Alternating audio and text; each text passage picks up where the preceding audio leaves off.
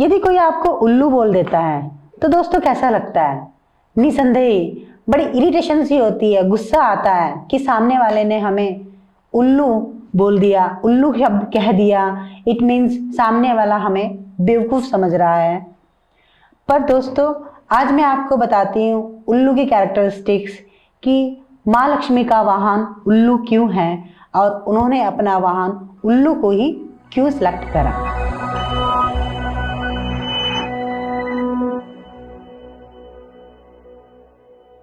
उल्लू की कुछ मेन कैरेक्टरिस्टिक्स जिनसे हम सब बहुत अच्छी तरीके से परिचित हैं, जैसे उल्लू दिन में सोता है और रात में जगता है।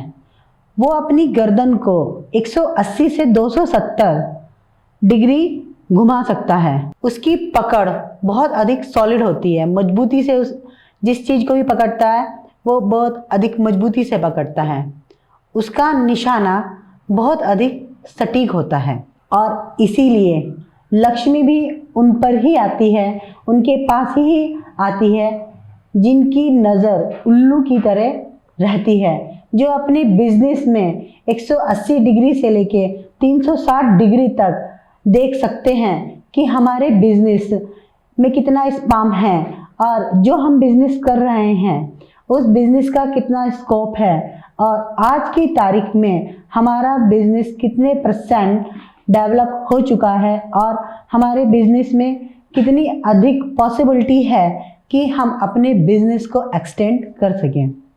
दोस्तों कई बार हमारे बिजनेस में ऐसा होता है कि हमारे बिजनेस में लॉसेस शुरू हो जाते हैं, हमारी सेल घटनी शुरू हो जाती है, गुडविल गिरनी शुरू हो जाती है और ऐसे में जो बिजनेसमैन होते हैं, बड़े बड़े एंटरप्रेन्योर होते हैं, वो बहुत अधिक निराश हो जाते हैं और कुछ ऐसा कर बैठते हैं जो उन्हें नहीं करना चाहिए। पर यदि वे उस निराशा में भी एक आशा की किरण रखें और सोचें कि हमारा बिजनेस की सेल को हम कैसे बढ़ा सकते हैं, हमारी गिरती हुई शाख को हम कैसे उठा सकते हैं। जैसे कि एक उल्लू दिन में सोता है और रात में जगता है तो वह उस अंधेरे में भी देख पाता है जब पूरी दुनिया सो जाती है और दूसरे लोग नहीं देख पाते हैं।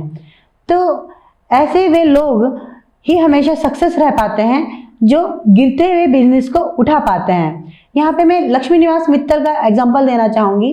लक्ष्मी निवास मित्तल हमेशा ही उन फैक्ट्रियों को खरीदते हैं जो लॉस में जारी होती हैं और वे उस लॉस वाली फैक्ट्री को हमेशा प्रॉफिट में कन्वर्ट करके अपने बिजनेस को हमेशा से ही उन्होंने एक्सटेंड करा है। और आज आप सब जानते हैं कि लक्ष्मी निवास मित्तल कितने बड़े इंसान और कितने अमीर आदमी हैं। यदि हम अपने लक्ष्य को ध्यान में ना रखकर प्लानिंग नहीं करते हैं तो हमारे बिजनेस में लॉसेस शुरू हो जाते हैं। इसीलिए हमारा ध्यान और हमारा लक्ष्य दोनों एक साथ साधना बहुत अधिक जरूरी होता है। हमारी फ्यूचर प्लानिंग हमें किस प्रकार से करनी है और जो आज हमने डिसीजन लिए हैं वह कैसे हम उनको कंप्लीट करेंगे, उसकी भी एक प्लानिंग बहुत जरूरी होती है। यदि आपने कभी उल्लू को निशाना लगाते हुए देखा होगा तो या शिकार करते हुए देखा होगा तो आप देखेंगे कि जब भी वह शिकार करता है तो पहले वो अपने शिकार को देखता है, उसका लक्ष्य साधता है और फिर उसका शिकार करता है।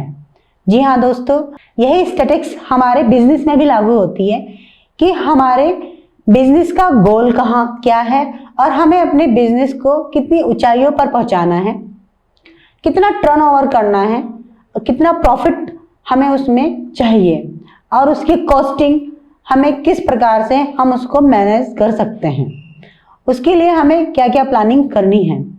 यदि मैं यहाँ पर आपके सामने एक विजय माल्या का एग्जाम्पल रखूं कि विजय माल्या ने अपना बिजनेस बहुत एक्सटेंड करा पर साथ ही साथ उसने कर्जा भी बहुत अधिक लिया, पर वह कर्जा कैसे उतरेगा उसने उसके बारे में कोई भी प्लानिंग नहीं करी, जिसके कारण से आज आप सब जानते हैं कि विजय माल्या का क्या हाल हुआ है।